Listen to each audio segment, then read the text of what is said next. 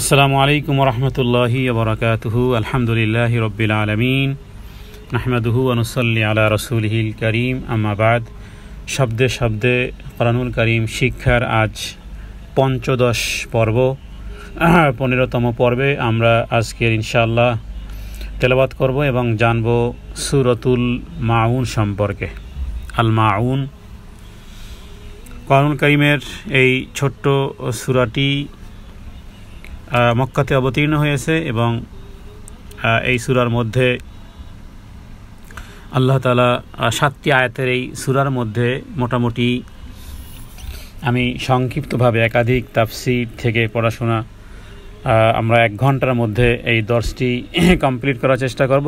এর মধ্যে মৌলিক যে বিষয়গুলো, যে শিক্ষাগুলো এবং যেগুলো করণীয় এবং যেগুলো বর্জনীয় আমরা ইনশাআল্লাহ এই দর্সে জানার চেষ্টা করব। সেই সাথে সাথে শব্দে শব্দে কোরআন এবং আয়াতের অর্থ এবং তাজবিদ এবং তারতিল সহ তাফসীর এবং হাদিসের সাথে রিলেটিভ এবং এই সূরার সাথে এই সূরা দিয়ে আল্লাহ তাআলা মানুষের কোন বিষয়টি ইনফর্ম করতে চেয়েছেন সেগুলো সংক্ষিপ্ত রূপ হলো যে এই সূরাটির মধ্যে 7টি আয়াতের মধ্যে মোটামুটি 3টি পার্ট আছে।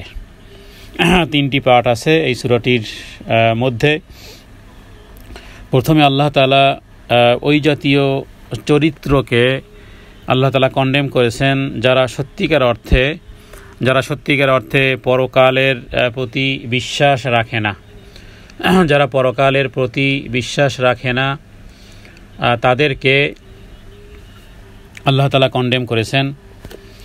আর এরপরে দ্বিতীয় মুমিনদেরকে, তার মানে এখানে এই সূরাটির মধ্যে মূলত 2টি বিষয় আছে যা মুমিনের সাথে সম্পর্কিত, মুমিনদের সাথে সম্পর্কিত। আর একটি বিষয় হলো যেটা যারা আখিরাতকে অস্বীকার করে এদের জন্য। তাহলে বোঝা যায় যে আমরা যারা মুমিন আমাদের জন্য 2টি এখানে ইনফর্ম আছে, খুব গুরুত্বপূর্ণ ইনফর্ম।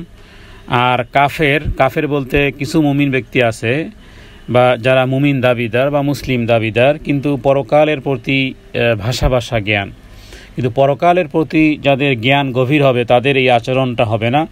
এই বিষয়টি মূলত এই সূরার মধ্য থেকে আমি আমার ছোট্ট পড়াশোনায় পেয়েছি, সেটি উপস্থাপন করলাম। আল্লাহু তাআলা আলাম, আল্লাহ তাআলাই ভালো জানেন। তাহলে আমরা শুরু করতেছি এই সূরাটির তেলাওয়াত, শব্দের অর্থ এবং এর সাথে এই আয়াত সমূহের সাথে যে সমস্ত বিষয়গুলো আছে হাদিস থেকে আমরা জানার চেষ্টা করব ইনশাআল্লাহ বিইজনিল্লাহ। ওমা তৌফিকি ইল্লা বিল্লাহ। আউযু বিল্লাহি মিনাশ শাইতানির রাজীম। বিসমিল্লাহির রহমানির রহিম। দেখুন, এটা কালামুল্লাহ, আল্লাহ তাআলার কালাম। কোরআনুল কারীম শ্রবণ করা হোক অথবা পাঠ করা হোক, যেন রবের সাথে কথোপকথন। কারণ এর মধ্যে কোরআনুল কারীম শুধু আরবি নয়, বরং এটাকে বলতে হবে আরশি। কোরআনুল কারীম শুধু আরবি ভাষায় নয়, বরং এটা আরশি। এর মধ্যে অনেক দুর্বোধ্য শব্দ আছে যেগুলো সাহাবায়ে কেরাম জানতেন না। অনেক অক্ষর আছে যেগুলো রাসূলুল্লাহ সাল্লাল্লাহু আলাইহি ওয়াসাল্লাম ওইগুলোর ব্যাখ্যা কখনোই করেন নাই। বাকি নবীজি জানতেন কিনা সেটা আমরা জানি না। যেমন আলিফ লাম মিম, কাফ হা ইয়া আইন সদ, এগুলো কোরআনের শব্দ। নবীজি এগুলো কখনো ব্যাখ্যা করেন নিজের অর্থ কী, অথবা আরবি মহাওয়ারায় এই সমস্ত শব্দগুলোর হয়তো বা অন্য কোনো বুঝার জন্য ব্যবহার করা হতো, সেটা আল্লাহ তাআলা ভালো জানেন। রাসূলুল্লাহ সাল্লাল্লাহু আলাইহি ওয়াসাল্লাম ওই জাতীয় শব্দের কোনো অর্থ করেনি, যেমন কাফ হা ইয়া আইন সদ, আইন সিন কফ। তাহলে এই কোরআনের মধ্যে আল্লাহ তাআলা এটাকে আরবি ভাষায় নাজিল করলেও মূলত এই কথাগুলো আরশি। বাল হুয়া কুরআনুম মাজিদ ফি লাওহিম মাহফুজ, লাওহে মাহফুজে আল্লাহ তাআলা যা সংরক্ষিত করে রেখেছিলেন। অতএব কোরআনের প্রতি মনোনিবেশ করা, কোরআনের দর্শকে আমাদের জীবনের জন্য হেদায়েতের একটা উপকরণ বানানো, যে হে আল্লাহ আমরা এই দর্শে অংশগ্রহণ করতেছি, প্রতিদিন আমরা 1 ঘন্টা সময় ব্যয় করতেছি, আল্লাহ এর বিনিময়ে তোমার কাছে যেটি চাই সেটি হলো তোমার সন্তুষ্টি চাই, তোমার জান্নাত চাই, হেদায়েত চাই, বাস। তো খুব মনোনিবেশ করলে আমরা ইনশাআল্লাহ আমাদের হৃদয় শিখতে হবে, হৃদয়ের খোরাক হবে আল্লাহ তাআলা আমাদের উপর রহম করবেন ইনশাআল্লাহ বিইজনিল্লাহ। আরাআইতাল্লাযী ইউকাযযিবু বিদ্দীন। আরাআইতা কোথাও টান নেই, আল্লাযী টান আছে, কেন? ইয়া সাকিন ডাইনেজের। ইউকাযযিবু কোথাও টান নেই, বিদ্দীন এখানে কেন টান হলো? ইয়া সাকিন ডাইনেজের আছে, এই কারণে টান হয়েছে। তাহলে এই আয়াতটির মধ্যে আমরা মাত্র দুটি টান পেয়েছি, আর কোনো গুণনাও নেই, আর কোনো টানও নেই। তার মানে দুটি জায়গাতেই শুধুমাত্র টান পেয়েছি। এই দুটি জায়গা টান ছাড়া অন্য কোথাও আমরা দেরি করব না, অন্য কোথাও আমরা দেরি করব না। তাহলে কিভাবে? ইনশাআল্লাহ এভাবে, আরাআইতাল্লাযী ইউকাযযিবু বিদ্দীন। যেথায় টান আছে সেথায় লম্বা করে টান দিন, অসুবিধা নেই, কিন্তু যেথায় টান নেই সেখানে একটু টান দেওয়া যাবে না। আরাআইতাল্লাযী ইউকাযযিবু বিদ্দীন।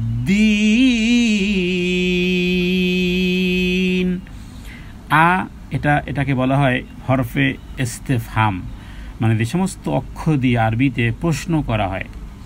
কিছু কিছু শব্দ আছে না, যেগুলো অক্ষর আছে, যেমন আমরা পূর্বে বলেছিলাম যে ডাকার কিছু অক্ষর আছে, যেমন হে ব্যক্তি, এই যে হে কথাটা, এটাকে যেমন আরবিতে ইয়া বলে, এগুলোকে বলে হরফে নেদা। তো এখানে আ মানে হলো ইস্তেফহাম, যেটাকে প্রশ্নর জন্য আ ব্যবহার করা। কোনো শব্দের শুরুতে যদি আ আসে, আলিফ আসে, আ আসে, তাহলে আ মানেই হলো যে প্রশ্ন। আচ্ছা, তাহলে রাআইতা মানে তুমি দেখেছো, আর রাআইতা তুমি কি দেখেছো, এভাবে মানে প্রশ্নটাকে এভাবে উল্লেখ করতে হবে। এখানে এই যে স্টাইলটা, যে তুমি কি দেখেছো, কেন? এটা আলিফ থাকার কারণে। যে আ মানে আমি একটা প্রশ্ন করতে চাই। যেমন আমানতা, যদি বলি আমিনতা, তুমি কি ঈমান এনেছো? আকালতা, তুমি কি খেয়েছো? আশরাবতা, তুমি কি পান করেছো? তো এই কথাটাকে এই আলিফ দিয়ে এভাবে বোঝানো হয়। মানে প্রশ্নর জন্য ব্যবহার, রাআইতা মানে তুমি দেখেছো। আর এখন আরাআইতা আসার কারণে এসেছে তুমি কি দেখেছো, মানে এখানে রাসূলুল্লাহ সাল্লাল্লাহু আলাইহি ওয়াসাল্লামকে উদ্দেশ্য করে বলা হচ্ছে, হে নবী, আপনি কি দেখেছেন? এখানে যে বিষয়টি জানার বিষয় সেটি হলো যে এখানে মূলত আসলে এই দেখা মানে এই চোখ দিয়ে দেখাও হয়, আবার সচক্ষে না দেখে ওই বিষয়গুলো নিয়ে চিন্তা ভাবনা করা, জানা বুঝা, চিন্তা ভাবনা করাও হতে পারে। এভাবে করে দুইভাবে ব্যবহার করা হয়। আমরা বাংলা ভাষাতেও কিন্তু এভাবে ব্যবহার করি। যেমন নাকি আমরা বলি আচ্ছা, ব্যাপারটা আমাকে দেখতে হবে। মানে কেউ আপনাকে কোনো বিষয়ে ইনফরমেশন করলো, তখন আপনি তার কথাটা শুনলেন, এরপরে বললেন আচ্ছা ঠিক আছে, ব্যাপারটা আমি দেখে নেব। তো এই দেখা মানে কি? এই দেখা মানে হলো যে আচ্ছা ঠিক আছে, ব্যাপারটা আমাকে ইনভেস্টিগেশন করতে হবে, আমাকে জানতে হবে। এই দেখা মানে জানা।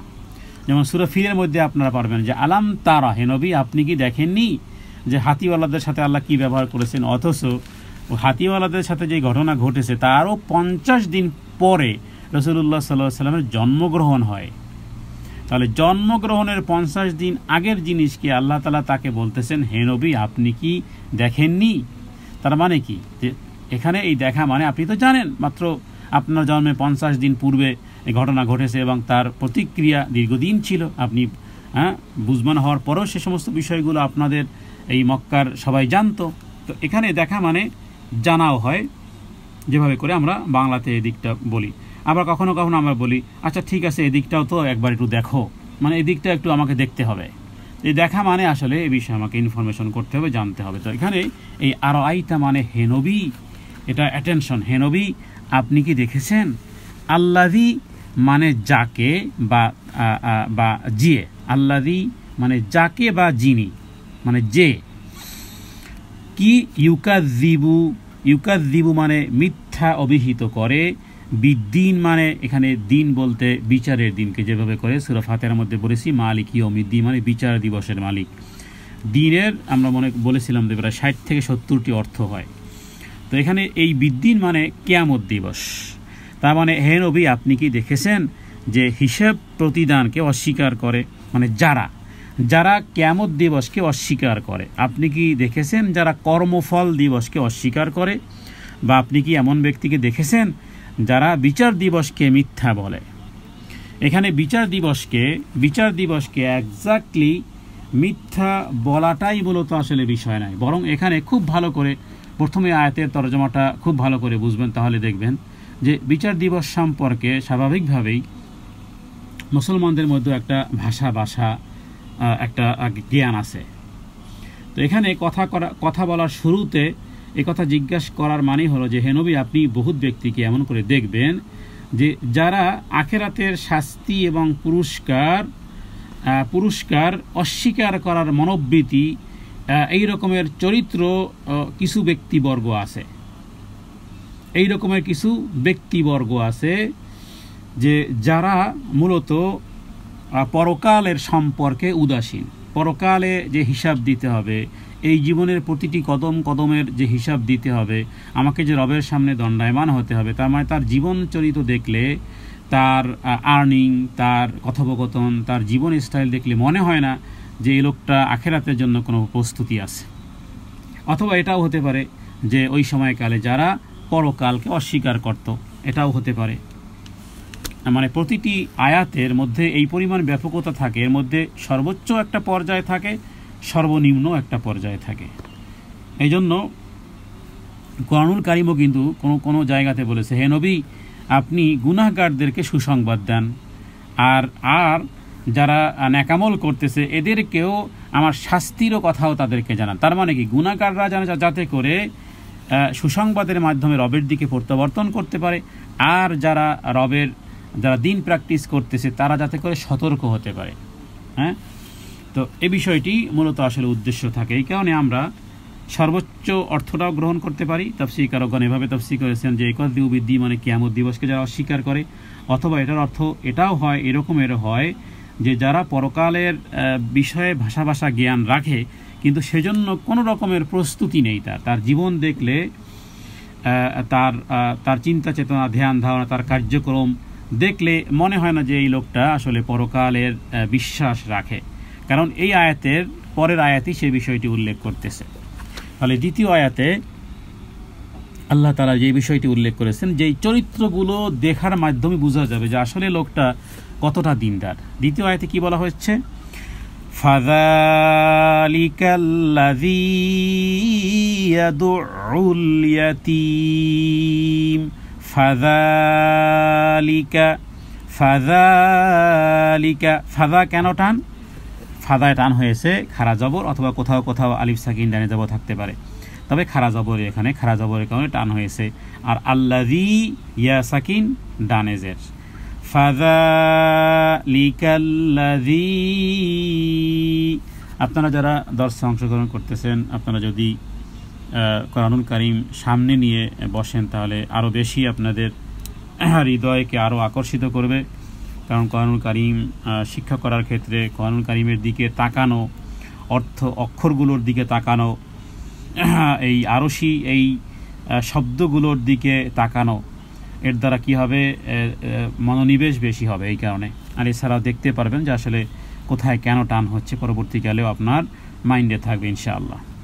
তাহলে ফাদা একটি টান, আর আল্লাযী একটি টান। ফাদা টান হলো খারা জবরের কারণে, আর আল্লাযী টান হলো ইয়া সাকিন ডাইনেজের কারণে। ফাদা জালের উচ্চারণ হয় জিহ্বার আগা দাঁতের সামনে, একেবারে সামনের দাঁতের সাথে জিহ্বার আগাটা লাগিয়ে দেন, আগে লাগাবেন তারপর উচ্চারণ করবেন। যেমন আমি আগে সামনে আমার জিহ্বার মাথা, আমার সামনের যে দাঁত আছে এই দাঁতের মাথার সাথে আর জিহ্বার মাথা আমি লাগানোর পরে আমি উচ্চারণ করব জাল। জাল হবে পাতলা নরম পাতলা হবে জাল। ফা হবে দুই ঠোঁটের মধ্যখান থেকে। ফাযালিকাল্লাযী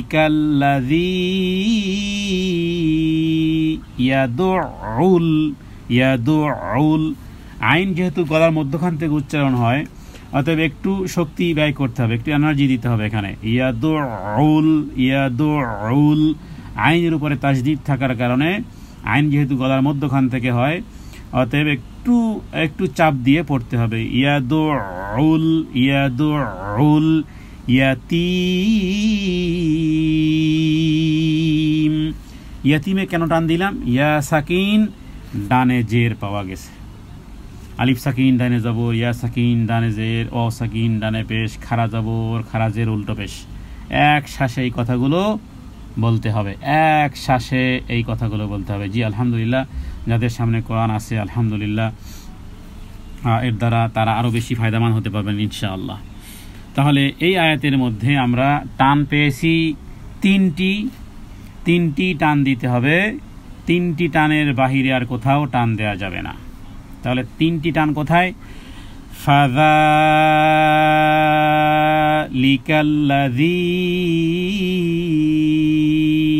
ইয়াদুল ইয়াতীম, টানের জায়গায় লম্বা টান হোক অসুবিধা নেই, কিন্তু তিনটি টানের বেশি আর কোথাও দেরি করা যাবে না। তাহলে এখানে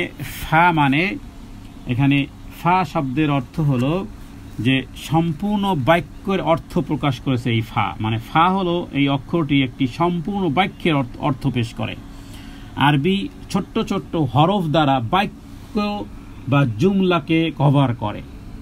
এখানে ফা অক্ষরটি একটি সম্পূর্ণ বাক্যের অর্থ পেশ করেছে। এর মানে হচ্ছে যে হে নবী, যদি তুমি না জেনে থাকো তাহলে জেনে নাও যে যারা পরকালকে যারা অস্বীকার করে এরা হলো এমন, মানে এদের চরিত্রগুলো বলা হচ্ছে যে আপনি যতই দাবি করেন না কেন, আমি ইমানদার, আমি এই না সেই না, হ্যাঁ আমি এতবার এই কাজ করেছি, এত ভালো কাজ করেছি, কিন্তু এবার চরিত্র কথা বলবে, চরিত্র। এবার এভিডেন্স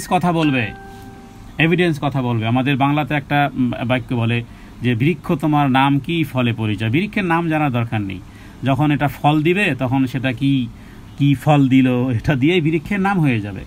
তাহলে এখানে দেখুন চরিত্র শুরু হয়েছে যে হে নবী, প্রথম আয়াতে কি বলা হয়েছে যে হে নবী আপনি কি দেখেছেন যে যারা আখিরাতের পুরস্কার এবং শাস্তিকে মিথ্যা আরোপ করে। তার মানে আখিরাতের দিনটা হলো কিসের দিন? দুনিয়ার দিবসটা হলো কর্মদিবস, এটাকে বলা হয় বাইতুল আমাল। বাইতুল আমাল মানে কর্মের ঘর, কাজের ঘর। আর পরকালকে বলা হয় বাইতুল জাযা ও বাইতুল মানে যেটা প্রতিফল এবং প্রতিদানের দিন। ইয়াউমুল জাযা প্রতিফল বা প্রতিদিবসের দিন।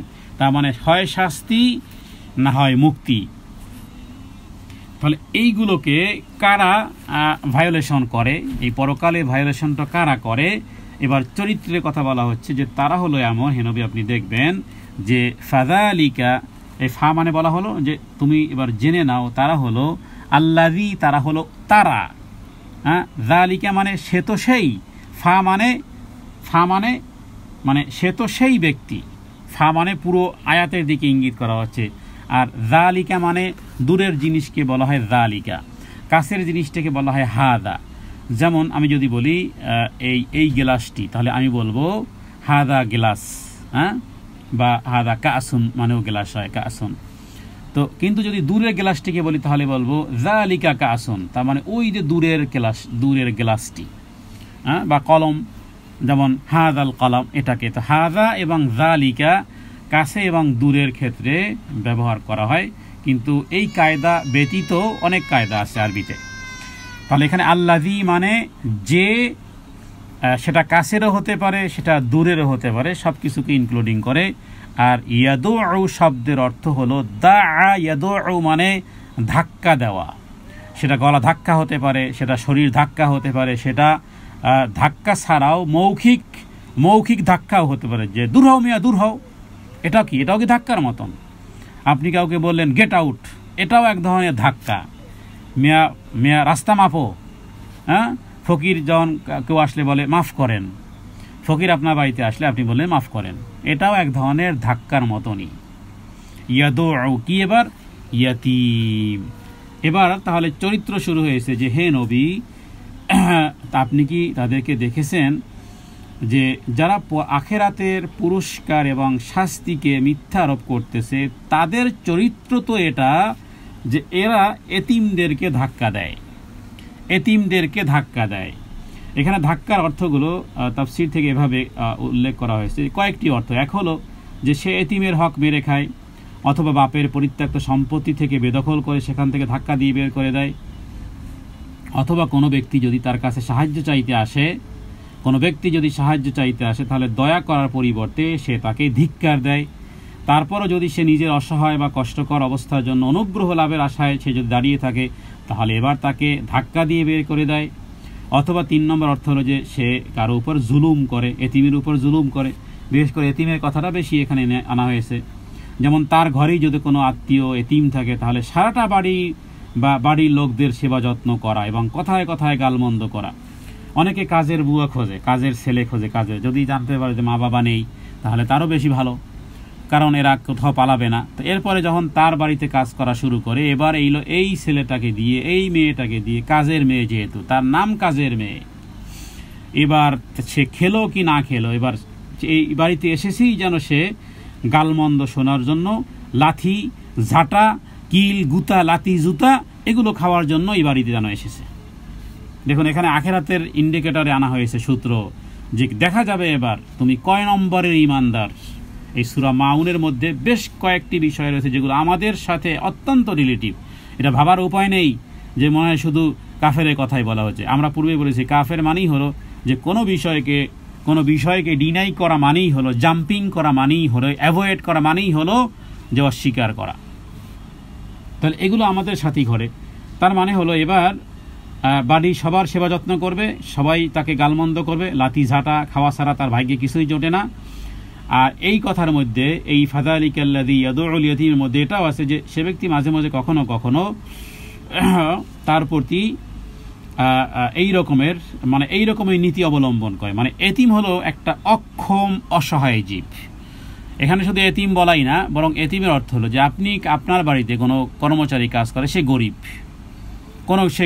তার হয়তো বা পিছনে সাপোর্ট নেই। এবার আপনি যেহেতু বস, আপনি যেহেতু তার রানী, এবার তাকে একটা অক্ষম, একটা অসহায় জীব মনে করা হয়। এবং কোথাও কোথাও আপনারা মিডল ইস্টের দেশগুলোতে এরকমের হয়, তারা মনে করে যে অম্মাল বলতে মানে কাজের লোক, তারা আবার টায়ার্ড হবে কেন, তারা তো টাকা নিচ্ছে। যারা কর্মচারী ওরা আবার টায়ার্ড হবে কেন, তারা তো টাকা নিচ্ছে, তাদেরকে আমরা বেতন দিচ্ছি, তার মানে তারা টায়ার্ড হবে কেন, তাদের কাজ করতে হবে। এই রকমের মনোমানসিকতা যাদের তাদের জন্য এই সূরা মাউনের এই ব্যাখ্যা। তো এরা কি করে, তখন কি করলো যে তার হক মেরে দিল, তার উপর জুলুম করলো, নির্যাতন চালালো। কখনো কখনো তারা যদি কোনো রকমের অ্যাপ্লাই করে, কোনো সাহায্য চাইতে আসলে তাদেরকে হয় গলা ধাক্কা দেয় অথবা কথার ধাক্কা দেয়। কারণ তাকে ক্ষতি করলে, তাকে চড় থাপ্পড় দিলে, তার সাথে দুর্ব্যবহার করলে সে তো ঘরের কর্মচারী। আল্লাহু আকবার। আপনারা খুব ভালো করে শুনে রাখুন, আবু বকর সিদ্দিক রাদিয়াল্লাহু তাআলা আনহু যেদিন তিনি খলিফাতুল মুসলিমিন হলেন, তখন তিনি সর্বপ্রথম মসজিদে নববীতে যে ভাষণটা দিয়েছিলেন, সেই ভাষণটা এতটাই গুরুত্বপূর্ণ, মাত্র 2টি কথা বলেছিলেন। 2টি কথার মধ্যে এটি একটি কথা যে তোমাদের মধ্যে যারা সবল ব্যক্তি তারা আমার কাছে নাথিং, মানে তারা আমার কাছে খুবই দুর্বল। দেখুন কথার মধ্যে কি পরিমাণ ব্যাপকতা, খেয়াল করুন। হযরত আবু বকর প্রথম ভাষণে কি বললেন, যে যেহেতু তিনি এখন রাষ্ট্রপতি, মদিনার খলিফাতা রাসূলুল্লাহ, তিনি বললেন তোমাদের মধ্যে যারা সবল তারা আমার কাছে একেবারেই দুর্বল, আর তোমাদের মধ্যে যারা দুর্বল তারা আমার কাছে অনেক সবল। এখানে এই কথা দ্বারা আপনি কি বুঝেন? হ্যাঁ, অনেকে বুঝিয়ে গেছেন যে আসলে বিষয়টা কি। তার মানে আবু বকর সিদ্দিক বুঝালেন তোমাদের মধ্যে যারা সবল, টাকা পয়সায়, ধন দৌলতে, তারপরে বিভিন্নভাবে যারা পপুলার, কিন্তু তারা যদি কোনো রকমের অন্যায় আচরণ করে আমার কাছে একেবারে কিছুই না, নাথিং। কিন্তু তোমাদের মধ্যে যারা দুর্বল কারা? কাজের লোকেরা, এতিম, অসহায়, যাদের ঘর নাই, বাড়ি নেই, দালান কোঠা নেই, কোনো সাপোর্ট নেই, আর্থিক কোনো সচ্ছলতা নেই, ইত্যাদি ইত্যাদি, এরা আমার কাছে অনেক সবল। কারণ জানে যে মজলুম যে তার দোয়ার মধ্যে আর আল্লাহ তাআলার মধ্যে কোনো পর্দা থাকে না, কোনো পর্দা থাকে না। ওদের কথাগুলো, ওদের অ্যাপ্লাইগুলো ডাইরেক্ট অ্যাকশন হয়। এজন্য আবু বকর সিদ্দিক রাদিয়াল্লাহু আনহু খলিফাতুল মুসলিমিন হয়ে ওর কথা বলে দিয়েছেন যে তোমাদের মধ্যে যারা দুর্বল এরা কিন্তু আমার কাছে অনেক সবল। এমন একটি ঘটনাও পাওয়া যায় আলামুন নবুয়া নামক একটি কিতাবে। সেখানে ঘটনাটা ছিল এমন যে আবু জেহেল একটা এতিম পালত। আবু জেহেল একটা এতিম ছেলের অভিভাবক ছিল, তার মানে জায়গা জমি তার বাবা মারা যাওয়ার পরে আবু জেহেলের দখলে। তো এতিমটাই আবু জেহেলের বাড়িতেই ছিল। তো একটা সময় এই এতিম আবু জেহেলের কাছে আসলো যে তার শরীরে কোনো এক টুকরা কাপড়ও ছিল না। সে আবু জেহেলের কাছে কাকুতি মিনতি করে তার বাবার যে পরিত্যক্ত সম্পত্তি আছে, যেটা আবু জেহেল দায়িত্ব নিয়ে গ্রহণ করেছে যে আমি এতিমকে দেখাশোনা করব, এই দায়িত্ব নিয়ে তার বাবার সম্পত্তি সে গ্রহণ করেছে। তো এই ছেলেটা আবু জেহেলের কাছে বলল যে আমাকে আমার বাবার সম্পত্তি থেকে কিছু দাও। আবু জেহেল তার কথায় কোনোই কান দিল না। এরপরে অনেকক্ষণ দাঁড়িয়ে থাকার পরে নিরাশ হয়ে সেই এতিম ছেলেটি ফিরে গেল। তো কোরাইশরা কী করলো, কোরাইশরা বিষয়টা তাদের সামনেই যেহেতু তারা দুষ্টমি করে বলল যে এক কাজ করো, যাও ওই যে মুহাম্মদের কাছে গিয়ে নালিশ করো। তো আবু জেহেলের কাছে সুপারিশ করে তোমার সম্পদ তোকে দেওয়ার ব্যবস্থা করে দেবে, মানে এমনি দুষ্টমি ছলে বললো যে আচ্ছা ঠিক আছে, বিচার যখন পাও নাই তো এইখানে তো একজন আছে লিডার, একজন নেতা আছে, মুহাম্মদের কাছে গিয়ে বিচার দাও, আর দেখবা যে একবারে মুহাম্মদ সাল্লাল্লাহু আলাইহি ওয়াসাল্লাম দেখবা যে তোমার সমস্ত সম্পত্তি দেওয়ার ব্যবস্থা করবে। তো তারা বলেছে দুষ্টুমি করে এই অন্যান্য এই ব্যক্তিরা। তো ছেলেটি যেহেতু এতিম এবং ছোট, সে এত কিছু জানতো না যে আবু জেহেলের সাথে রাসূলুল্লাহ সাল্লাল্লাহু আলাইহি ওয়াসাল্লামের কী বা সম্পর্ক, বা এই জাতীয় এই দুষ্ট লোকেরা বা তারা তাকে কেন এই পরামর্শ দিছে। তো যেই কথা সেই কাজ। এবার এই ছোট্ট ছেলেটি সরাসরি রাসূলুল্লাহ সাল্লাল্লাহু আলাইহি ওয়াসাল্লামের কাছে গিয়ে নিজের অবস্থা বর্ণনা করল।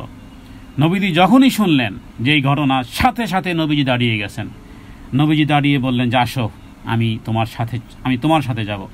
নবীজি এই ঘটনা শুনেই সাথে সাথে দাঁড়িয়ে গেছেন। সঙ্গে সঙ্গে তার এই আবু জেহেল, এই নিকৃষ্টতম শত্রু আবু জেহেলের একেবারে কাছে চলে এসে তার বাড়িতে এসে উপস্থিত হয়েছে নবীজি, মানে একেবারে সাথে সাথে তেজস্বীতার সাথে রাসূলুল্লাহ সাল্লাল্লাহু আলাইহি ওয়াসাল্লাম। তো আবু জেহেল যখনই রাসূলুল্লাহ সাল্লাল্লাহু আলাইহি ওয়াসাল্লামকে একেবারে একটা ভিন্ন একটা মুডে দেখেছে, একেবারে আবু জেহেল একেবারে অভ্যর্থনা জানানোর জন্য প্রস্তুত, আহলান ওয়া সাহলান। তারপর নবীজি বললেন, আবু জেহেল, এই এতিম ব্যক্তির অধিকার ফিরিয়ে দাও। নবীজি শুধু এতটুকুই বলেছেন যে একে ফিরিয়ে দাও, এর যা কিছু আছে। আবু জেহেল নবীজির এই কথা শোনার সাথে সাথে আবু জেহেল একেবারে কথা মেনে নিয়েছে এবং কিছুক্ষণের মধ্যেই যা সম্পত্তি তার ঘরে বাইরে যা কিছু আছে একেবারে হাতে ধরে বুঝিয়ে দিয়েছে, এই যে তোমার সম্পদ, এই সম্পদ এগুলো তুমি মালিক, এরপরে তুমি যখন খুশি তখন নিয়ে যাবে। আচ্ছা, এখন এই ঘটনা দেখার জন্য, কারণ সাথে সাথেই ঘটনা ঘটেছে একেবারে, তো অন্যান্য কোরাইশ সর্দাররা উৎপেতে বসেছিল। তারা আশা করতেছিল যে দুজনের মধ্যে এবার একটা খেলা জমবে, মানে বেশ একটা মজার কলহ জমে উঠবে। তো এই অবস্থা দেখে তারা বলল যে কি ব্যাপার আবু জেহেল, তুমি কি হলো, একেবারে মুহাম্মাদের কথায় শুনেই একেবারে সব কিছু দিয়ে ফেললে তুমি, মানে তাকে ধিক্কার দিতে লাগলো আবু জেহেলকে। তো আবু জেহেলকে বলল এই সর্দাররা যে তুমিও কি ধর্ম ত্যাগ করেছো? তখন দেখুন আবু জেহেল কি বলেছে। আবু জেহেল বলেছে যে আল্লাহর কসম, আমি নিজের ধর্ম ত্যাগ করিনি, কিন্তু আমি মুহাম্মদ যখন আমার কাছে এসেছে তখন আমার কাছে এই পরিমাণ অনুভব হয়েছে যেন মুহাম্মদের সাথে অনেক সোলজার আছে, অথবা কোনো বর্ণনা আছে যে মনে হয় যে তার ডানে এবং বাম যেন অস্ত্র আছে, ভয়ঙ্কর যেন অস্ত্র আছে। আমি যদি মুহাম্মদের কথা না শুনি, হতে পারে সেই অস্ত্র আমার একেবারে শরীরের মধ্যে ঢুকে যাবে। তো যাই হোক, রাসূলুল্লাহ সাল্লাল্লাহু আলাইহি ওয়াসাল্লামের মুজিজা ছিল এখানে যে বিষয়টি হলো যে এতিমের সাথে রূঢ় আচরণ, এতিমের সাথে যারা রূঢ় আচরণ করবে, এখানে এই বিষয়গুলোই এখানে বলা হয়েছে। এতিমের সাথে সদ্য ব্যবহার যে ব্যক্তি করবে আখেরাতের উদ্দেশ্যে, তার মানে আখেরাত সম্পর্কে তার ধারণা ভালো এবং আখেরাতের জন্য তার প্রস্তুতি আছে।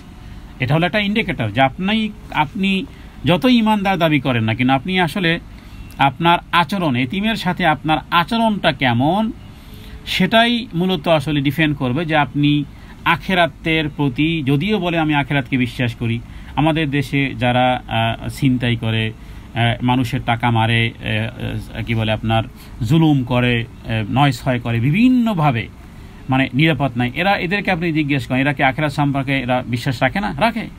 হ্যাঁ, আমাদের দেশের মন্ত্রী মিনিস্টাররা যা কারাপশন যারা করতেছে, এরা কি আখেরাত মানে না? মানে। আপনি ইন্টারভিউ নেন তাদেরকে, হ্যাঁ, তারা কখনো কখনো সালাত আদায় করে, কখনো কখনো তারা দান খয়রাতও করে, কিন্তু তারপরও তারা মানুষের সাথে এই যে আচরণ, রূঢ় আচরণ, কে এতিম আর কে পিত্রহীন হয়ে গেল সেটা দেখার রয়েছে না, তার চাই তো চাই।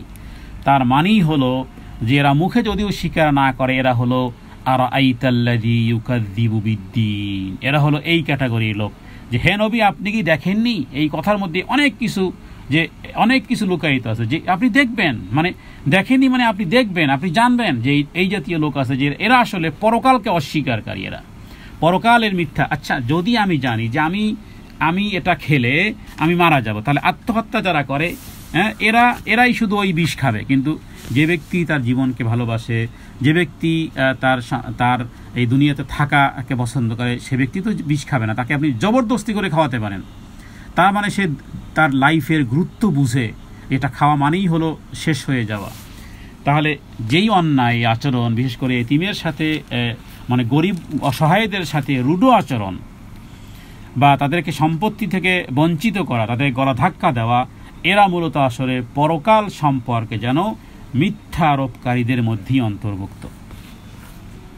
তার মানে মানুষের এটা একটা আসলে চরিত্র, এটা এইভাবে বলা যায় যে পরকাল সম্পর্কে আখেরাতের প্রতি ঈমান না আনলে, আখেরাতের প্রতি দৃঢ়ভাবে ঈমান যদি না থাকে মাথার মধ্যে, তাহলে তাদের মধ্যে কোনো রকমের মানে তাদের মধ্যে যে কোন ধরনের নৈতিকতা জন্ম নেয়, সেই বর্ণনাই মূলত আসলে সূরা মাউনের মধ্যে বিষয়টি এসেছে। তার মানে এটাও মনে রাখতে হবে, আখেরাতের প্রপারলি বিশ্বাস, আখেরাতের প্রতি 100% বিশ্বাস এবং বিষয়টাকে চোখের সামনে রাখতে হবে। আখেরাতের বিশ্বাস ছাড়া মানুষের মধ্যে একটি মজবুত, শক্তিশালী এবং পবিত্র পরিচ্ছন্ন চরিত্র গড়ে তোলা কখনোই কোনো কালই সম্ভবপর নয়।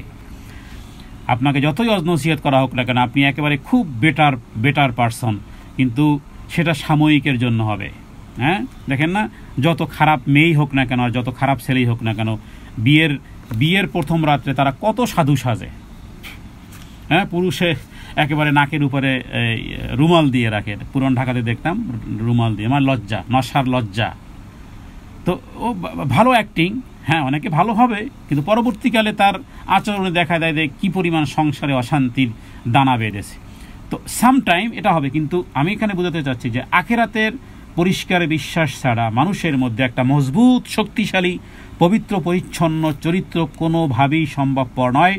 এবং এই সত্যটি মানুষের হৃদয় পটে অঙ্কিত করে দেয়াই হচ্ছে মূলত আসলে সামগ্রিকভাবে উভয় ধরনের বিষয়গুলোর উদ্দেশ্যই হলো যে যখনই আখেরাতের বিষয় স্পষ্ট হবে, তখন এই আচরণগুলো তার কখনো হবে না। সামনে আরও দুইটা চরিত্রের কথা আছে। এখানে প্রথম চরিত্র হলো যে আমরা এই জাতীয় বদগুণ, এটাকে আমরা বদগুণ বলবো, মানবতার কদর যাদের কাছে নেই, নৈতিকতার গুরুত্ব যাদের কাছে নেই, এরা হলো এই কথার বিশ্বাসী এরা হলেও বিনিময়ে কিয়ামতের দিন এরা আসলে মূলত অস্বীকারীদেরই দলভুক্ত। আল্লাহ যারা আমাদেরকে হেফাজত করেন, অসহায় গরিব রিক্সাওয়ালার সাথে অনেকেই ফট করে খারাপ আচরণ করা শুরু করে, একটু ভুল যেন মনে প্রাণী মেনে নেয় না। কাজের লোকের একটু ভুল ভ্রান্তি হয়ে গেলে, আল্লাহু আকবার, তার হাতে যদি কোনো কাঁচের প্লেট গ্লাস ভাঙে তাহলে তার কথাই নেই। তো এই ক্ষেত্রে গরিবের সাথে, আপনার নিম্ন পর্যায়ের লোকদের সাথে আপনি যত বেশি আচরণ উত্তম করবেন, তার মানে আপনার হৃদয়ে আসলে সত্যিকার অর্থে আখেরাতের বিশ্বাসটা দৃঢ়। এটাই হলো সার্টিফিকেট। তো এখানে যে এতিমকে তা দিয়ে দেয়, সে আসলে মূলত ওই পর্যায়ের না, যে পরকালকে বিশ্বাসকারীদের মধ্যে ওইভাবে অন্তর্ভুক্ত নয়। এরপরে তৃতীয় আয়াত, ওয়ালা ইয়াহুদ্দু আলা তাআমিল মিসকিন। ওয়ালা ইয়াহুদ্দু, ওয়ালা এখানে আলিফ সাকিন ডানে জবরের টান, ইয়াহুদ্দুর মধ্যে কোথাও টান নেই। আলা খাড়া জবর আছে, আলিফ সাকিন ডানে জবর, এই কারণে টান হয়েছে। মিসকিন, ইয়া সাকিন ডাইনে জেরের কারণে টান হয়েছে।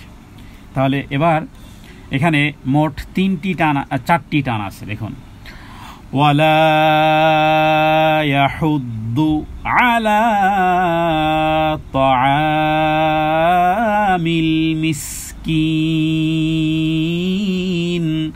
ওয়ালা, ওয়াও মানে এবং, লা মানে না। ইয়াহুদ্দু, ইয়াহুদ্দু এখানে দদের উচ্চারণটা একটু কঠিনই, ইয়াহুজ্জু পরে, কোথাও কোথাও ইয়াহুদ্দু, মানে জু নাও দু নয়, মধ্যখানে একটা অক্ষর। বর্গের জও নয়, নয় এই হাঁটু ভাঙ্গা দও নয়, বা ধও নয়, দও নয়, ধও নয়, জও নয়, ঝও নয়। ওয়ালা ইয়াহুদ্দু, ইয়াহুদ্দু আলা, আলা খারা জবর, তাআমিল মিসকিন। ইয়াহুদ্দু মানে উৎসাহিত করে না। ওয়াও মানে, মানে এখানে দ্বিতীয় আরেকটা চরিত্রের কথা বলা হয়েছে, যে পরকালের বিষয়ে যারা, পরকালের বিষয়ে যারা ফেইল বলা যেতে পারে, ফেইলার, এদের চরিত্রে প্রথম চরিত্র আমরা জানলাম যে এরা এতিমের হক মেরে খায়, অথবা মানে যারা দুর্বল, বাড়ির কাজের লোকদের বিষয়ে যারা গালমন্দ অথবা তাদের সাথে খুব খারাপ আচরণ করে, কখনো কখনো ধাক্কা দেয়, তাদের অধিকারগুলোর ক্ষেত্রে কোনোই তোয়াক্কা করে না। আর দ্বিতীয় আরেকটা চরিত্র বলা হয়েছে যে তাআমিল মিসকিন। তাআম মানে খাদ্য, মিসকিন মানে মিসকিন, মানে অভাবগ্রস্তকে খাদ্য দানের ব্যাপারে উৎসাহিত করে না। তো এখানে তাআউ মাসাকিন কিন্তু বলা হয় না, বরং বলা হয়েছে কি তাআমুল মিসকিন।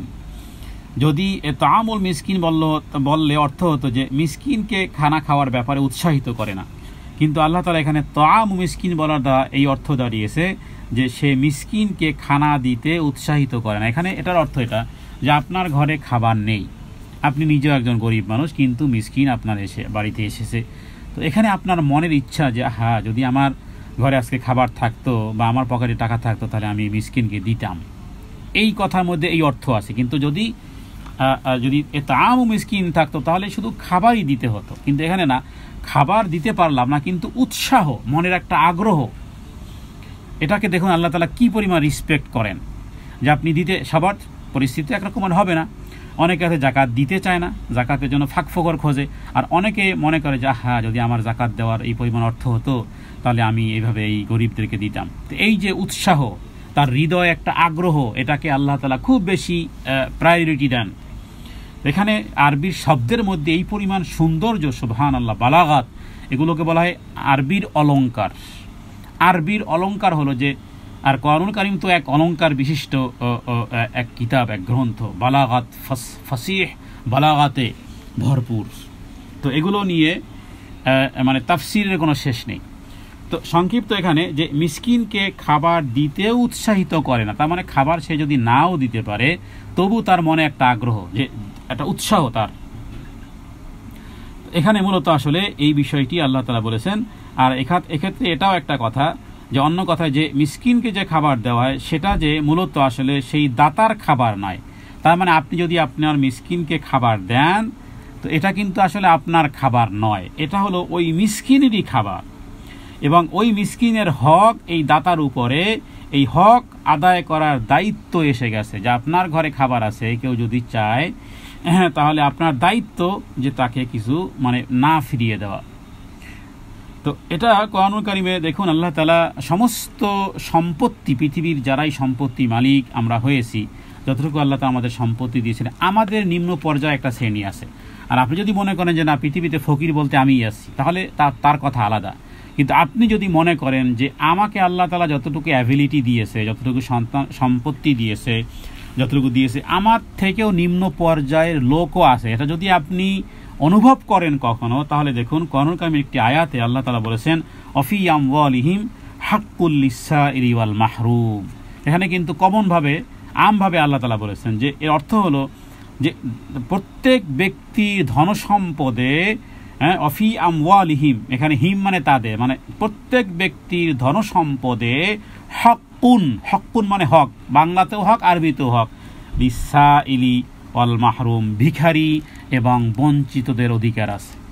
এবার আপনি যদি টাকা পয়সা মালিক বেশি হন তাহলে আপনি মানুষের সাথে আরও বেশি ঋণী, কারণ বঞ্চিত এবং ভিখারি আপনার সম্পত্তি, আপনার এই পকেটের পয়সার মধ্যে বঞ্চিত এবং ভিখারিদের অর্থ লুকায়িত আছে, অধিকার আছে, অধিকার। হাক্য মানে কি? অধিকার। যেমন আমার উপরে তোমার হক আছে, তোমার উপর আবার হক আছে। দেখুন তো কোরআনুল কারীমে এই আয়াতটা কিন্তু অনেক জায়গাতে আছে। সূরা জারিয়াতের 19 নম্বর আয়াতটা দেখবেন, সূরাতুজ জারিয়াত 27 নম্বর পারার 19 নম্বর পৃষ্ঠার 19 নম্বর আয়াত, 26 নম্বর পারার 19 নম্বর পৃষ্ঠার 19 নম্বর আয়াত, অফি আমওয়ালিহিম হাক্কুল লিসাইলি ওয়াল মাহরুম, ধন সম্পদে রয়েছে ভিখারি এবং বঞ্চিতদের। এবার আপনি টাকা পয়সা, আপনি মনে করছেন যে সব টাকা তো আমারই। হ্যাঁ, সব টাকার মালিক আল্লাহ তাআলা আপনাকে বানিয়েছেন, তবে ওখানেও কিন্তু বঞ্চিত, ভিখারি, এতিমদের অধিকার আছে। যদি কখনো মাতলুব হয়, যদি কখনো রিকোয়ারমেন্ট হয়, তাহলে চেষ্টা করবেন ওখান থেকে কিছু হলেও দেওয়া, কারণ যেহেতু অধিকার আছে, সুনির্দিষ্ট অ্যামাউন্ট দাবি কথা আল্লাহ এখানে বলেনি, বলেছেন যে অধিকার আছে। তো আখেরাতকে না মানলে এতিমকে ধাক্কা দিয়ে বের করে দেওয়াটা, মিসকিনকে খাবার দিতে উদ্বুদ্ধ না করার মতন দুটি জঘন্যতম দোষ। হ্যাঁ, আখেরাতের প্রতি যদি ওইভাবে করে ঈমান যদি মজবুত না থাকে, তাহলে এতিমকে গলা ধাক্কা দেওয়া বা মিসকিনকে খাবার দিতে উদ্বুদ্ধ না করার মতন এই জাতীয় দুষ্ট দোষ মানুষের মধ্যে সৃষ্টি হয়ে যায় বলে এখানে শুধুমাত্র এই দুটি ব্যাপারে মানুষকেই যে পাকড়াও বা সমালোচনা করাই মূলত আসলে এখানে উদ্দেশ্য নয়, বরং এই গোমরাহির ফলে, মানে এই চরিত্র যাদের, ভাত যেমন একটা টিপলে পুরো পাতিলের ভাত বলা যায় যে পুরো পাতিলের ভাত, তো এই দুই চরিত্র বাহ্যিকভাবে যার মধ্যে আছে, এর মধ্যে বহু খারাপি আছে। ওর সংসারে যে ঢুকবে, যার চরিত্র এই রকমের, ওর সংসারে আরো বহু সমস্যা আছে, বহু ট্রাবল আছে ওই সংসারে। হ্যাঁ, যাদের এই চরিত্র বা ওই ব্যক্তির শরীরের মধ্যে, ওই ব্যক্তির চরিত্রের মধ্যে বহু খারাপি আছে, কারণ বহু দোষ ত্রুটির জন্ম হয়। এর মধ্য থেকে নমুনা স্বরূপ এই দুটি দোষের কথা আল্লাহ তাআলা উল্লেখ করেছেন, দুটি দোষের কথা উল্লেখ করেছেন। এবং প্রত্যেক সুস্থ বিবেক এবং সদ্বিচার যাদের মধ্যে বুদ্ধি আছে, এটাকে নিকৃষ্টতম দোষ বলবে, যে এতিমকে মেরে খাওয়া, এতিমের গলায় ধাক্কা দেওয়া, মানুষকে খাবার দাবারে উৎসাহিত না করা।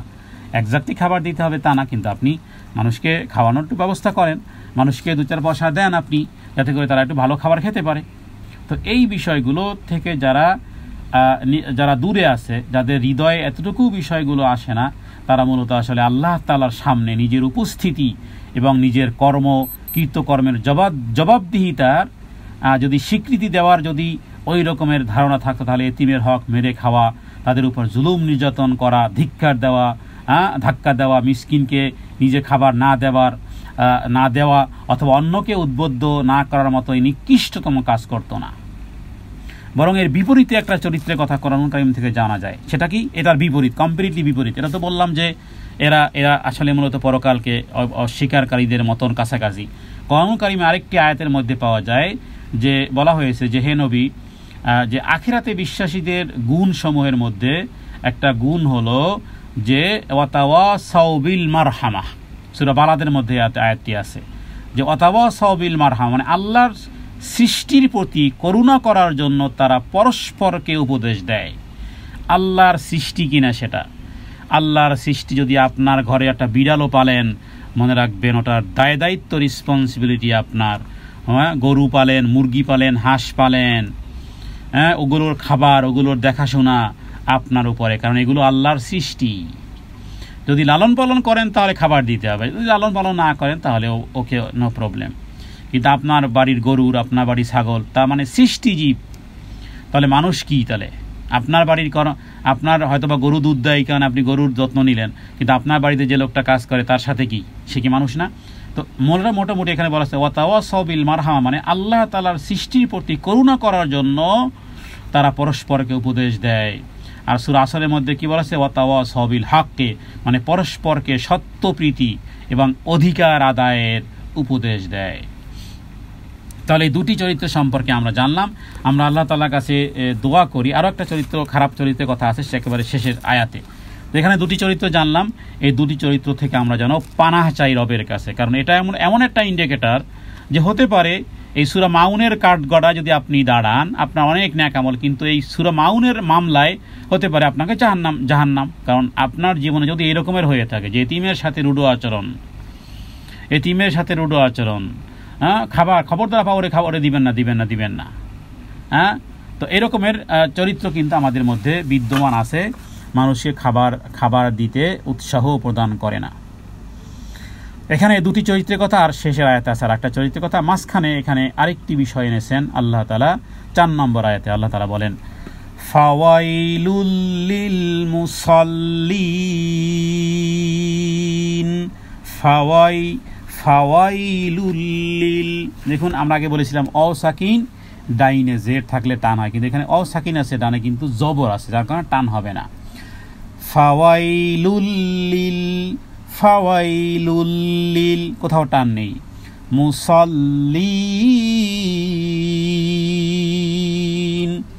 এখানে ইয়া সাকিন ডাইনে জের হওয়ার কারণে টান হয়েছে।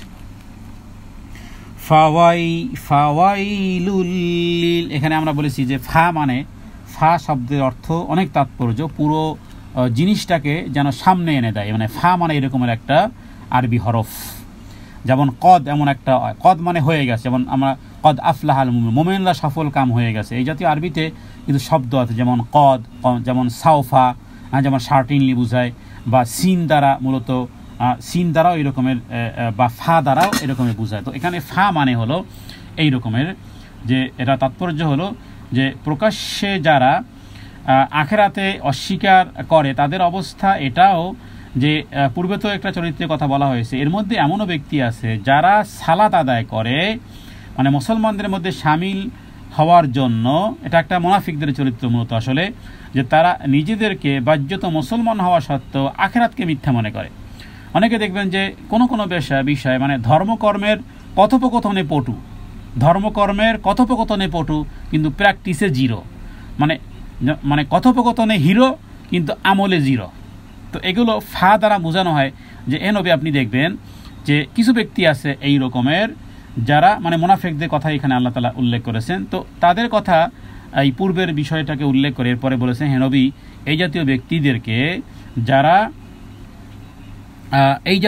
ব্যক্তি যারা সালাত আদায় করে, ওয়াইল মানে দুর্ভোগ, ওয়াইল মানে জাহান্নামের একটা গহ্বরের কথা বলা হয়েছে, ওয়াইল মানে দুর্ভোগ, লিল মুসাল্লিন, যে কিছু ব্যক্তিবর্গ আছে যে যারা সালাত আদায় করার পরেও তাদের জন্য দুর্ভোগ, মানে এমন কিছু নামাজি আছে যেই নামাজিদের ক্ষেত্রে আল্লাহ তাআলা এখানে বলেছেন যে তাদের জন্য দুর্ভোগ। আসলে সে সমস্ত নামাজি কাদের জন্য আল্লাহ তাআলা এখানে এই আয়াতের মধ্যে উল্লেখ করেছেন, এবং সাহাবায়ে কেরাম থেকে আমরা এই বিষয়টি জানবো যে ফাওয়াইলুল লিল মুসাল্লিন বলতে কাদের কথা আল্লাহ তাআলা এখানে বুঝিয়েছেন।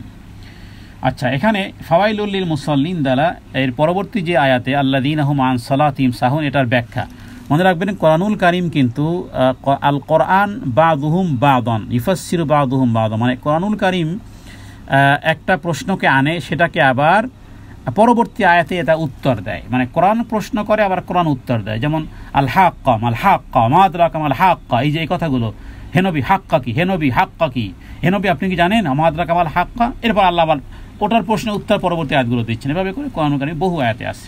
তাহলে বিষয়টি বোঝা গেল যে এখানে ফাওয়াইলুল লিল মুসাল্লিন আগে অ্যাটেনশন নেওয়া হয়েছে যে কিছু মুসল্লিদের জন্য দুর্ভোগ, মানে সালাত আদায়কারী, নামাজ আদায়কারীদের জন্য দুর্ভোগ। কারা? এবার এটা ডিটেলস বলতেছে, আল্লাযীনা হুম আন সালাতিহিম সাহুন, আল্লাযীনা হুম আন সালাতিহিম সাহুন। এখানে আন সালাতিহিম সাহুন, এখানে আরেকটা বিষয় হলো যারা নিজেদের নামাজ থেকে গাফেল।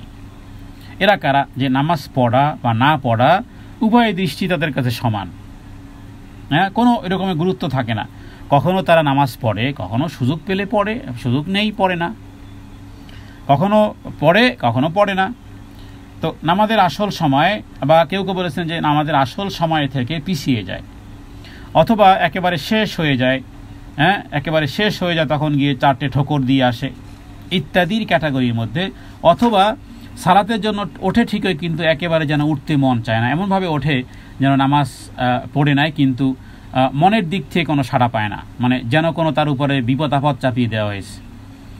অথবা নামাজ পড়তে পড়তে খেলা করতে থাকে, হাই তুলতে থাকে, আল্লাহ স্মরণ সামান্যতম থাকে না, সারাটা নামাজের মধ্যে কোনো রকম অনুভূতি থাকে না যে তারা নামাজ পড়তেছে নাকি অন্য কোনো দিকে, হ্যাঁ নামাজ পড়তেছে নাকি দোকানের হিসাব করতেছে। যদিও এখানে এই বিষয়টির সাথে আরেকটি বিষয়, সূক্ষ্ম বিষয় আছে, যে নামাজের মধ্যে যে ভুলে যাই আমরা, যেমন 4 রাকাত পড়লাম, এরপরে মনে হলো 3 রাকাত পড়লাম না 4 রাকাত পড়লাম, এই ক্যাটাগরির লোকদের কিন্তু আলাদা করা হয়েছে এখানে। এই সূক্ষ্ম বিষয়টি তাফসীরের মধ্যে এসেছে, যেখানে আল্লাহ তাআলা যে শব্দগুলো যে আঙ্গিকে সাজিয়েছেন, আল্লাযীনা হুম আন সলাতিহিম, এই ক্যাটাগরির মধ্যে এখানে এই আন সলাতিহিম সাহুন, মানে ফি সলাতিহিম সাহুন বলেন নেই, মানে এটা বলা হয়নি যে ফি সলাতিহিম সাহুন। যদি ফি সলাতিহিম সাহুন হতো কোরআনুল কারীমে, তাহলে আমরা সবাই ধরা খেতাম, কিন্তু আলহামদুলিল্লাহ আমরা ধরা খাবো না। হ্যাঁ, কারণ আল্লাযীনা হুম আন সলাতিহিম এর এক ব্যাখ্যা হয়, আর ফি সলাতিহিম সাহুন মানে সালাতের মধ্যে ভুলে যায়। তো সালাতের মধ্যে ভুল তো রাসূলুল্লাহ সাল্লাল্লাহু আলাইহি ওয়াসাল্লামেরও হয়েছে বহুবার। একবার তিনি যোহরের সালাত 5 রাকাত পড়ে ফেলেছেন, আসরে একবার 3 রাকাত পড়ে ফেলেছিলেন, রাসূলুল্লাহ সাল্লাল্লাহু আলাইহি ওয়াসাল্লামও সাহু সিজদা দিতেন। তো এখান থেকে আমরা বের হতে পেরেছি এই কারণে যে এখানে মূলত আসলে ওইটা যে সালাতের সময় পার হয়ে যায়। সালাত যে একটা মৌলিক ইবাদত, মুসলমানিত্বের ইবাদত, রবের সাথে কানেক্টেডের একটা ইবাদত। সালাত ব্যতীত যে মুসলিম থাকা যায় না, মুসলিমের ইউনিফর্ম যে থাকে না, এই বিষয়গুলো যারা কোনো টেক কেয়ার করে না, মনে করে যে একটা সময় সালাতের বয়স হোক, দাড়ি দুড়ি পাকুক, হ্যাঁ তারপরে বয়স কিছু হোক, ছেলে মেয়ে বিবাহ হয়ে দিয়ে তারপর জানামাজে বসবই, এরকমের টেন্ডেন্সি যাদের থাকে। অথবা অনেকে আছে যে ছেলের বয়স হয়তো বা ছেলের বয়স 12 হয়ে গেছে, মেয়ের বয়স 10 হয়ে গেছে, আমার বালেগ হয়ে গেছে, এত সকালে এত সালাতের ব্যাপারে উদাসীন, তার মানে এখন আর একটু বয়সটা হয়ে নিক তারপরে, অথচ দেখুন তার উপর কিন্তু ফরজ। তার মানে কি, সালাতের জন্য যে এই বাবাকেও মাকেও পিটানো হবে, এই সন্তানকেও পিটানো হবে।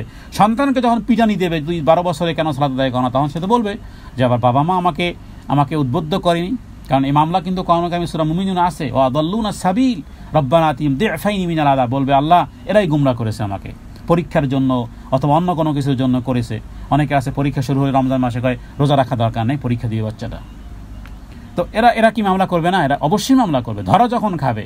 আরে পুলিশের ফাইনে মানুষ কত মিথ্যা কথা বলা শুরু করে, আমি এসেছিলাম ওদিক থেকে, উনি এসেছে এদিক থেকে, হ্যাঁ তারপরে ক্যামেরা চেক করে নির্ণয় করতে কে সত্যবাদী কে মিথ্যাবাদী, স্যাটেলাইট থেকে পিকচার কালেক্টেড করে তারপরে দেখতে হয় যে গাড়ি কোন দিক থেকে এসেছে। তো এরা তো দুনিয়ার কিছু পুলিশের ফাইনের জন্য মিথ্যা কথা বলা শুরু হয়, একেবারে শার্টিংলি মিথ্যা বলা শুরু করে। তাহলে এখানে কিয়ামতের দিন আপনি কি মনে করছেন, আপনার সন্তানকে আপনি রোজা রাখতে দিচ্ছে না, পরীক্ষা আছে, অথবা ছেলে মেয়ের বয়স বড় মানে বালেগ হয়ে গেছে, সালাতের জন্য ওইভাবে তাকিদ করতেছেন, মামলা খাবেন না আপনি তাই মনে করেন? তাহলে কোরআনুল কারীমের আয়াতগুলো কি হবে যেখানে বলেছে এরা আমাকে বিভ্রান্ত করেছে? তো এখানে মূলত বিষয় হলো যে নিজেও অলস, সন্তানদের সালাতের ক্ষেত্রে অলস।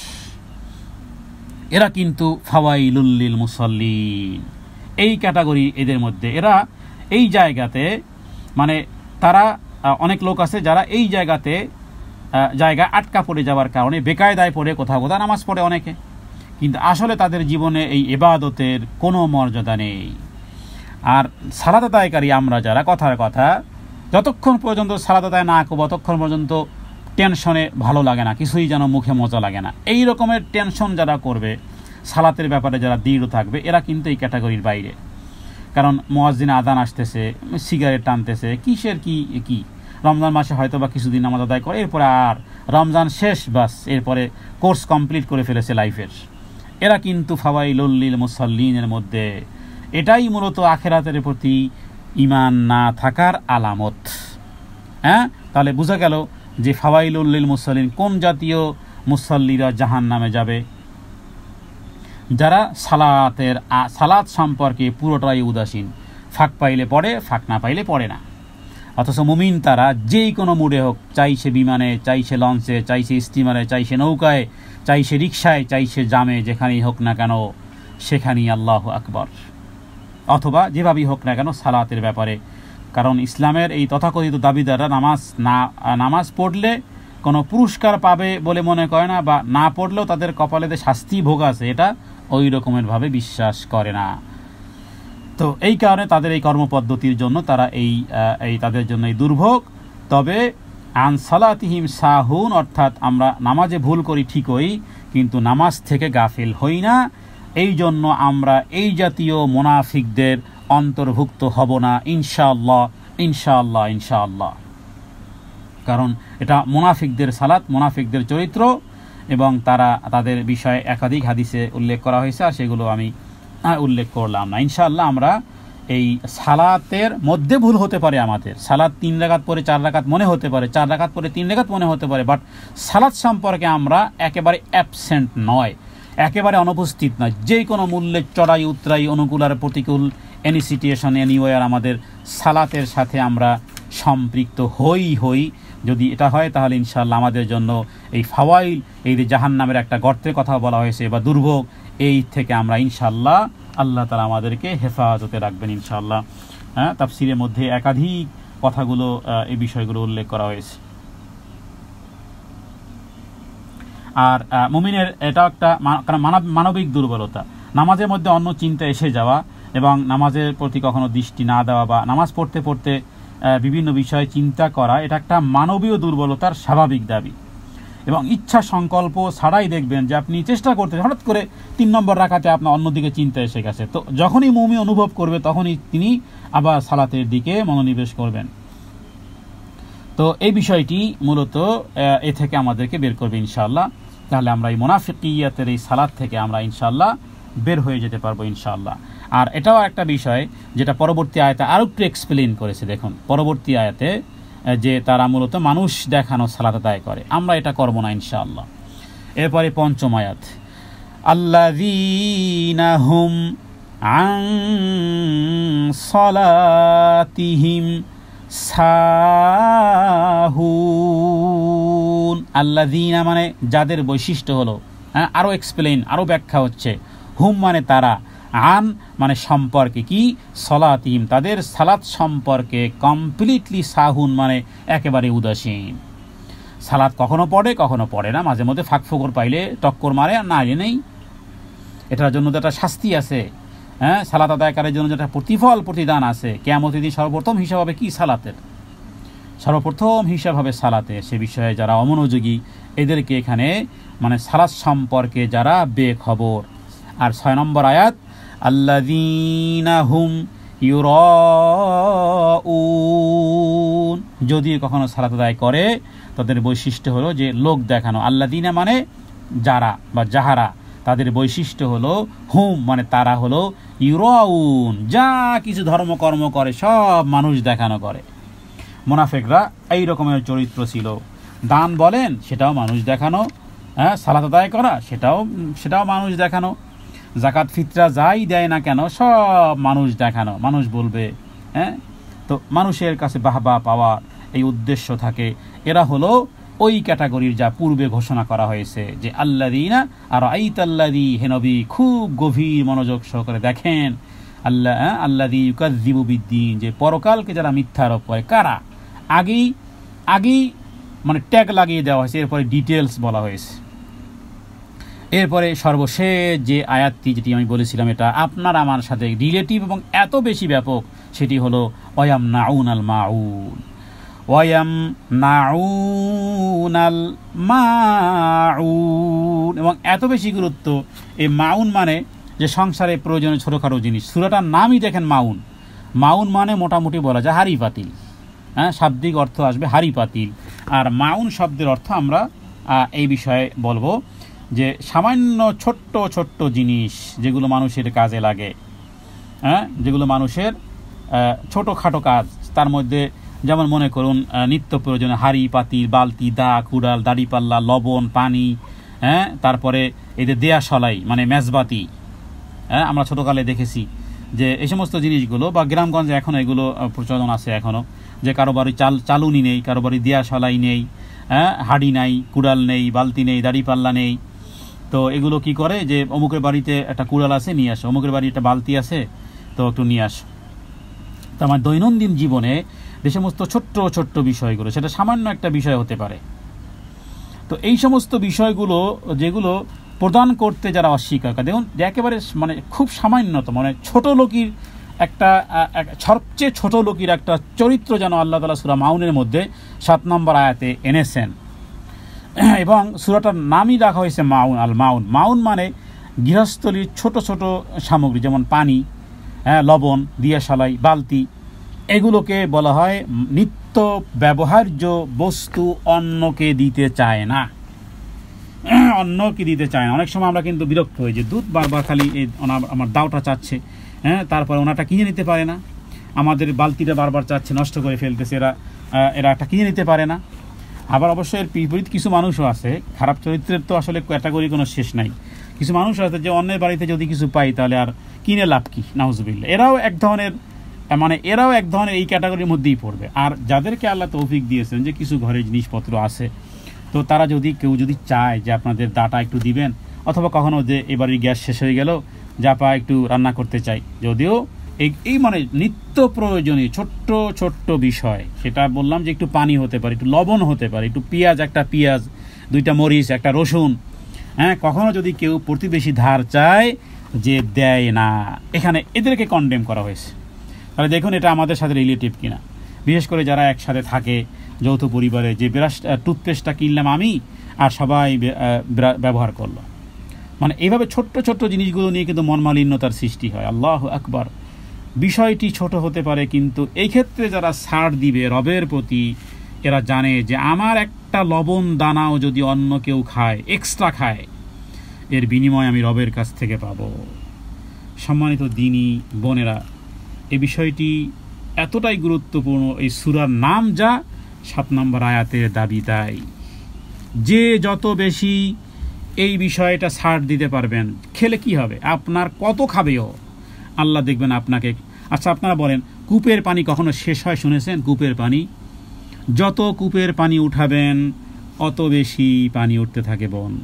আপনার এই উন্মুক্ততা, আপনার এটা ব্যবহার করে অমুকে এটা ব্যবহার করে, আপনার কাছে এটা নাই সেটা নাই, আপনি উন্মুক্ততা রেখেছেন, কোনো দিন আপনি ঠেকবেন না ইনশাআল্লাহ, কোনো দিন ঠেকবেন না।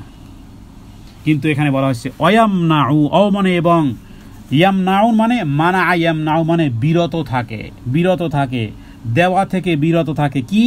আল মাউন। আলিফ লামের অর্থ আপনারা জানেন যে সব জিনিসকে ইনক্লুডিং করে। মাউন মানে আমাদের সংসার জীবনে বা আমাদের ব্যক্তিগত জীবনে পায়ের জুতো থেকে শুরু করে মাথার ক্লিপ পর্যন্ত ছোট্ট ছোট্ট জিনিস, বড় বিষয় কিন্তু এখানে বলা হয় না। মাউন মানে হলো ক্ষুদ্র ক্ষুদ্র ছোট্ট ছোট্ট গৃহ সামগ্রী। হতে পারে একটা লোহা, হতে পারে একটা, আপনার বাড়িতে হাতুড়ি আছে, আমার বাড়িতে হাতুড়ি নেই, আমার বাড়িতে কিছু মেহমান এসেছে, আমার একটা বড় পাতিল দরকার, আপনার বড় পাতিলটা দিলে আমি রান্নাবান্না করতে পারতাম। তো এই রকমের নিত্য প্রয়োজনীয় গৃহ সামগ্রী দিতে যারা নিষেধ করে, এদের কথা আল্লাহ বলেছেন। আর আপনি যদি দিতে পারেন, সুবহানাল্লাহ, তাহলে আপনি এই ক্যাটাগরির উপরে উঠে গেলেন। ছোট্ট ছোট্ট জিনিস দেওয়ার দ্বারা আল্লাহ তাআলা আপনাকে প্রোটেক্ট করবে এবং আপনি দিতে পারবেন। দিতে পারাটাও অনেকের তৌফিক। অনেক আছে সারা জীবন শুধু নেয়, অনেক আছে সারা জীবন শুধু দেয়। তো কোনটা ভালো বলেন?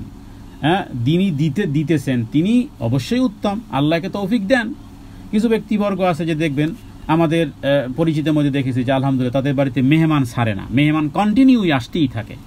এবং আমাদের বাড়িতেও একই, আলহামদুলিল্লাহ আমার বাবা মা বেঁচে আছে, আমরা পর্যন্ত আমাদের গ্রামের বাড়িতে গেলে আমরা অনেক সময় পর্যন্ত মানে বিরক্তি হয়ে যাই।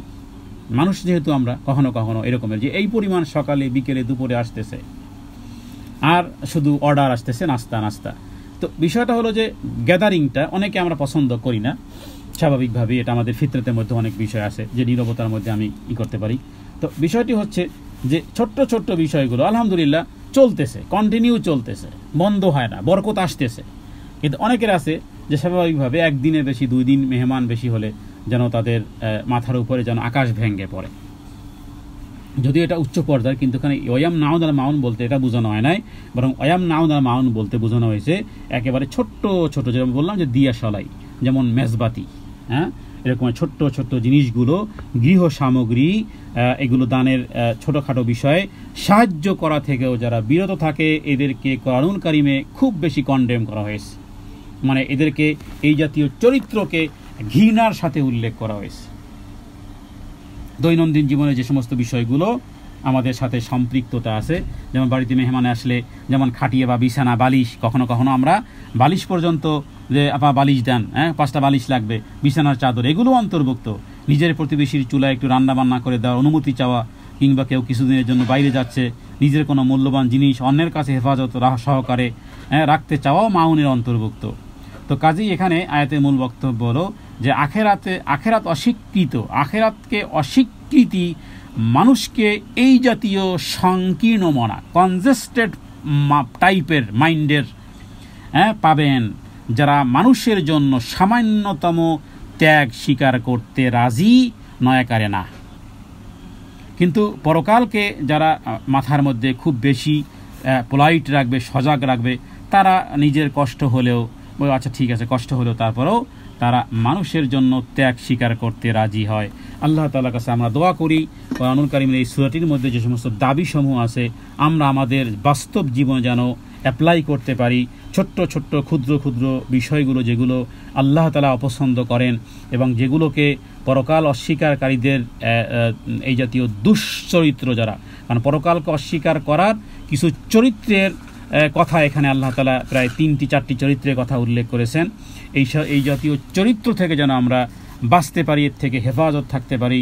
রবের কাছে প্রার্থনা করি, হে আল্লাহ, সূরা মাউন আমরা পড়লাম, আমরা শিখলাম, এর অর্থ জানলাম এবং এর মধ্যে যে সমস্ত দাবিসমূহ তা যেন পালন করতে পারি। সূরা মাউনের মধ্যে যে সমস্ত বিষয়ে কন্ডেম করা এর বিপরীতটা যেন করতে পারি, এর বিপরীতটা যেন আমরা করতে পারি। কারণ আমরা পরকালকে বিশ্বাস করি, আমরা কখনোই এতিমের সাথে খারাপ আচরণ, গরিব ব্যক্তি, অসহায়, দরিদ্র, মিসকিন, এতিম এদের সাথে আমরা কখনোই খারাপ আচরণ করব না। কিছু না দিতে পারলেও তাদের সাথে ভালোভাবে উত্তম আচরণ করব। এরপরে তাদেরকে খাবার, খাদ্য, টাকা পয়সা দেওয়ার চেষ্টা করব সাধ্য অনুযায়ী। আর এরপরে দ্বিতীয় আরেকটি বিষয় হলো যে সালাতের ব্যাপারে যেন আমরা উদাসীন না হই, সালাতের ব্যাপারে যেন উদাসীন না হই। আল্লাহ তাআলা যেন আমাদেরকে সঠিক সময়ে 5 ওয়াক্ত সালাত আদায় করা তৌফিক দান করেন এবং আমরা যখনও মানুষ দেখানো যেন কোনো আমল না করি। আর সেই সাথে সাথে আমরা আমাদের যেই কমিউনিটিতে বা যেখানে আমরা বসবাস করি সেখানে ডানে বামে আশেপাশে সামনে পিছনে যে সমস্ত প্রতিবেশী বা যারা আমাদের কাছে থাকবে, কখনো যদি গৃহের কোনো ছোট্ট খাট্ট ইত্যাদি অথবা যৌথ পরিবারে এর প্লেট সে ধরলো কেন, তার প্লেট ধরলো কেন, আহারে প্লেট নিয়ে কবরে যাবে, অথচ এগুলো নিয়েও মুরগি পর্যন্ত এবাড়ির মুরগি ওবারে গেল কেন, ওবাড়ির মুরগি আসলো কেন, দে মুরগি গলা ঠ্যাং ভেঙে দেয়। আল্লাহু আকবার। গ্রামগঞ্জে কি চলে? এগুলোই চলে, গ্রামগঞ্জে এগুলোই চলে। তার বাড়ি রাস্তা বন্ধ করে দেয়। আল্লাহু আকবার। এরা নাকি ইমানদার। সূরা মাউনের ঘোষণা মাইক লাগিয়ে এদের কানে সূরা মাউন পড়া দরকার, যে দেখো সূরা মাউনে কি বলেছে তোমার প্রতি, কোথায় যাবে, কয়দিন থাকবে, কি আরামায়েশ করবে আর কি ভোগ করবে বলো। ওয়ায়ামনাউন আল মাউন, তো রশি তো লেগেই গেছে। আল্লাহ তাআলার কাছে প্রার্থনা করি এই কথাগুলো যেন আমাদেরকে রিয়েলাইজ করার তৌফিক দান করেন এবং আমরা যেন আমল করতে পারি। রবের কাছে এই তৌফিক কামনা করে আজকের রেকর্ডিং শেষ করতেছি। আমা তৌফিক ইল্লা বিল্লাহ। হাযা মিন্নি আল ইলমু ইনদাল্লাহ। আল্লাহু আ'লামু বিস-সাওয়াব। সাল্লাল্লাহু আলা সাইয়্যিদিনা মুহাম্মাদিন নবিয়্যিল উম্মি ওয়া আলিহি ওয়া সাল্লাম। আসসালামু আলাইকুম ওয়া রাহমাতুল্লাহি ওয়া বারাকাতুহু।